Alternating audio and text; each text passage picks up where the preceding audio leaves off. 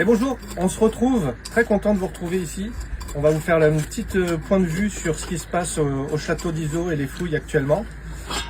Mais du coup, je voulais commencer par vous montrer ce que l'on a pu faire, c'est-à-dire la consolidation déjà sur les vestiges que l'on a mis au jour les années précédentes.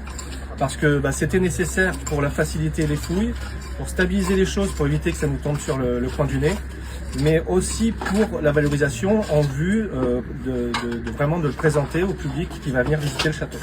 Et donc la première chose que je peux vous montrer, c'est l'escalier. Donc on avait retrouvé la base d'une fondation maçonnée et donc on avait mis ça en évidence. Pas très pratique pour nous pour la fouille et pour accéder au logis. Du coup, on a reconstitué l'escalier tel qu'on le pense. Alors, on a longtemps pensé qu'il était plutôt radiant, donc qu'il partait sur deux côtés. Et puis, en essayant de monter les choses avec les maçons, on s'est rendu compte que cela n'était pas possible. On en est venu à la conclusion qu'il devait y avoir certainement une banquette ici, qu'on a restituée. Alors, elle ne devait pas avoir tout à fait cette forme et pas comme ça, mais on l'a restituée. Donc, on a quelque chose qui est bien pratique et qui doit s'approcher à peu près de ce que l'on pense être à l'époque. Ensuite, on a refait les contours et le seuil aussi de la porte du logis.